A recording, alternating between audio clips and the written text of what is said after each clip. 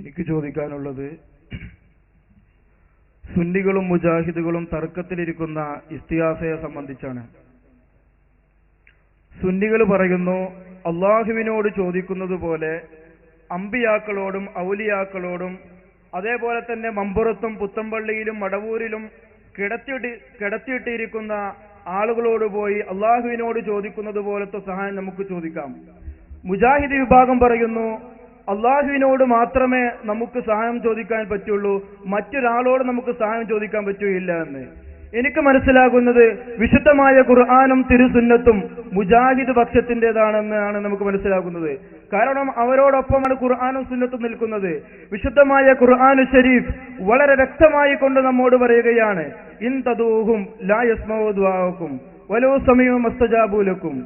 വിശുദ്ധമായ ഖുർആന പറയുന്നത്, നിങ്ങൾ അവരെ വിളിച്ച് പ്രാർത്ഥിച്ചാൽ നിങ്ങളുടെ ദുആ അവർ കേൾക്കൂല, ഇനി അവർ കേട്ടാൽ തന്നെ അവർക്ക് ഉത്തരം നൽകാനും കഴിയില്ല. അപ്പോൾ ഇങ്ങനെ തുടങ്ങി ഒരുപാട് ആയത്തുകൾ വിശുദ്ധമായ ഖുർആനിലുണ്ട്. ഇതൊക്കെ മുജാഹിദ് വിഭാഗത്തിൻ്റെതാണെന്നാണ് നമുക്ക് മനസ്സിലാകുന്നത്. കാരണം അവർ പറയുന്ന നിലപാടാണ് ശരി. മറിച്ച് സുന്നികൾ മുജാഹിദ് വിഭാഗത്തെ വിമർശിക്കുകയും അതേപോലെ തന്നെ പച്ചക്കള്ളം സുന്നത്ത് ജമാഅത്തിന്റെ ഇടയിൽ പറഞ്ഞ് പരത്തുകയാണെന്ന് സാന്ദർഭികമായി സൂചിപ്പിക്കുന്നു. ചോദ്യത്തിൽ ചെറിയൊരു തെറ്റുണ്ട്. അതായത് അള്ളാഹുവിനോട് മാത്രം പ്രാർത്ഥിക്കുന്നവരാണ് മുജാഹിദുകൾ, അമ്പിയാക്കൾ ഔലിയാക്കളോടൊക്കെ സഹായം ചോദിക്കുന്നവരാണ് സുന്നികൾ എന്ന് പറഞ്ഞെടുത്ത് ചെറിയൊരു തകരാറുണ്ട്. അള്ളാഹിനോട് മാത്രം പ്രാർത്ഥിക്കുന്നവരല്ല മുജാഹിദുകൾ. അവരിപ്പോ ജിന്നുകളോടും പ്രാർത്ഥിക്കാറുണ്ട്, അല്ലേ? ഇല്ല, ഇപ്പൊ പുതിയതായിട്ട് അങ്ങനെ ഉണ്ട്. തൗഹീദിൽ ഇപ്പൊ അങ്ങനെ ഒന്നുണ്ട്. ജിന്നുകളോട് ചോദിക്കുന്നതിന് വിരോധമല്ല, അതുപോലെ മലക്കുകളോട് ചോദിക്കുന്നതിന് വിരോധമല്ല. തൗഹീദിന്റെ നിർവചനമൊക്കെ മറിഞ്ഞല്ലോ, ഒക്കെ മാറി മറിഞ്ഞല്ലോ.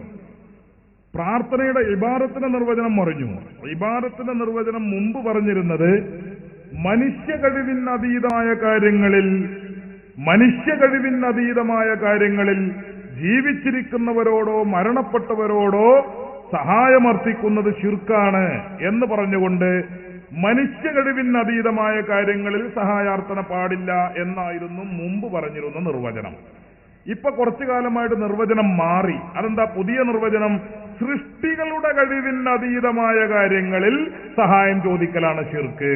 അപ്പൊ മനുഷ്യ കഴിവ് മാറി സൃഷ്ടികളുടെ കഴിവാകാൻ കാരണം എന്താ? ജിന്നിന്റെ ഒക്കെ സഹായം ഞങ്ങൾക്കും വേണം, പിശാചിന്റെ ഒക്കെ സഹായം ഞങ്ങൾക്കും വേണം, മലക്കുകളുടെ സഹായം കിട്ടിയാൽ തിരക്കടില്ല എന്നൊക്കെ മുജാഹിദ് മൗലവിമാർക്ക് തോന്നിയപ്പോഴാണ് ഈ നിർവചനം മനുഷ്യ കഴിവ് എന്നത് മാറി സൃഷ്ടികളുടെ കഴിവ് എന്നതിലേക്ക് വ്യാപിച്ചത്. അപ്പൊ ചോദ്യത്തിൽ അത്തിരുത്ത് വരുത്തണം. എല്ലാ സൃഷ്ടികളോടും സഹായം ചോദിക്കൽ ശിർക്കാണ് എന്ന് മുജാഹിദ് പറയുന്നില്ല. മുജാഹിദ് പറയുന്നത് മുഹിയുദ്ദീൻ ശൈഖിനോട് പറ്റൂല, റിഫായി ശൈഖിനോടും പറ്റൂല, ഒമ്പർത്ത് തങ്ങളോട് പറ്റൂല, ബദരീങ്ങളോട് പറ്റൂല, അതൊന്നും പറ്റൂല. പിന്നെ നമ്മളെ ഇഫ്രീത്ത് ജിന്നിനോട് പറ്റും, ജിന്നിനോട് പറ്റും, മലക്കിനോട് പറ്റും എന്ന കാഴ്ചപ്പാടിൽ SYSന്റെയും SSFന്റെയും പ്രബോധന പ്രവർത്തനത്തിന്റെ ഫലമായി കേരളത്തിലെ മുജാഹിദ് മൗലവിമാരെ എത്തിക്കാൻ ഞങ്ങൾക്ക് സാധിച്ചുവെന്ന് വിനയപുരസ്സരം പറയുവാൻ കേരളത്തിലെ മുജാഹിദുകൾ ഞങ്ങളെ അനുവദിക്കേണ്ടിയിരിക്കുന്നു. അത് പ്രബോധനത്തിന്റെ നേട്ടം തന്നെയാണ്. അപ്പൊ അതൊന്ന് ഒരു തിരുത്തുണ്ട്. പിന്നെ രണ്ടാമത് അദ്ദേഹം പറഞ്ഞ ഒരു കാര്യം, ഖുർആനും സുന്നത്തൊക്കെ മുജാഹിദിന്റെ ഒപ്പാണ്. ഖുർആനും സുന്നത്തൊക്കെ മുജാഹിദിന്റെ കൂടെയാണ്, ജമാഅത്തെ ഇസ്ലാമിന്റെ കൂടെയാണ്. അവിടെ എനിക്ക് ചെറിയൊരു സംശയം. 1920കളിലാണല്ലോ മുജാഹിദ് വന്നത്. അതിന്റെ മുമ്പ് ഖുർആൻ ആരോപ്പേനി എനിക്ക് തിരിയണില്ല. 920ലാണല്ലോ മുജാഹിദ് വന്നത്, അല്ലെ കേരളത്തിൽ? അതേപോലെ ലോകാടിസ്ഥാനത്തിൽ നോക്കുകയാണെങ്കിലും വലിയ വഴക്കമില്ല. അതിന്റെ അപ്പുറത്തേക്ക് കുറച്ച് വർഷങ്ങൾ. അപ്പൊ അവര് വരുന്നവരെ ഖുർആൻ ആരോപ്പായിരുന്നു, സുന്നത്തൊപ്പായിരുന്നു, സുന്നത്ത് ആരോപ്പായിരുന്നു. ഈ മുജാഹിദും ജമാഅത്തും വരുന്നതിന് മുമ്പ് ഖുർആൻ ആരുടെ കൂടെയായിരുന്നു, സുന്നത്ത് ആരുടെ കൂടെയായിരുന്നു? അവരുടെ കൂടെയാണ് ഞങ്ങളിപ്പോഴും. മനസ്സിലായോ? അന്ന് ഖുർആനും സുന്നത്തും ആരുടെ കൂടെയായിരുന്നോ അവരുടെ കൂടെയാണ് ഞങ്ങൾ ഇപ്പോഴും. അന്ന് അഹ്ലുസുന്നന്റെ കൂടെയായിരുന്നു. കാരണം എന്തേ? അഹ്ലുസുന്ന എന്നുള്ളൂ. ഇന്ന് ഞങ്ങൾ അഹ്ലുസുന്നയാണ്. കാരണം എന്തേ? അഹ്ലുസുന്നയോടൊപ്പമാണ് അന്ന് ഖുർആൻ നിന്നത്, അന്ന് സുന്നത്ത് നിന്നത്. ഇനി പിന്നെ ഇസ്തിഗാസയുടെ കാര്യം. എത്രയായി സുഹൃത്തുക്കളെ വിശദീകരിക്കുന്നു, എത്ര മുഖാമുഖങ്ങളിൽ, ഇവിടെ നടന്ന ഖണ്ഡന പ്രസംഗങ്ങളിൽ, ഒരുപാട് പ്രഭാഷണ വേദികളിൽ പറഞ്ഞതാണ്.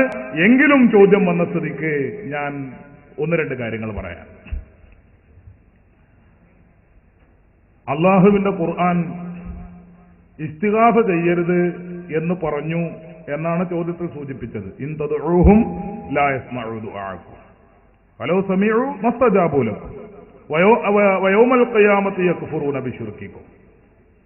എല്ലാ സ്റ്റേജിലും മുജാഹിദ് ഓതുന്ന ആയത്തന്നെ. അവരോട് നിങ്ങൾ പ്രാർത്ഥിച്ചാൽ പ്രാർത്ഥന അവർ കേൾക്കുകയില്ല.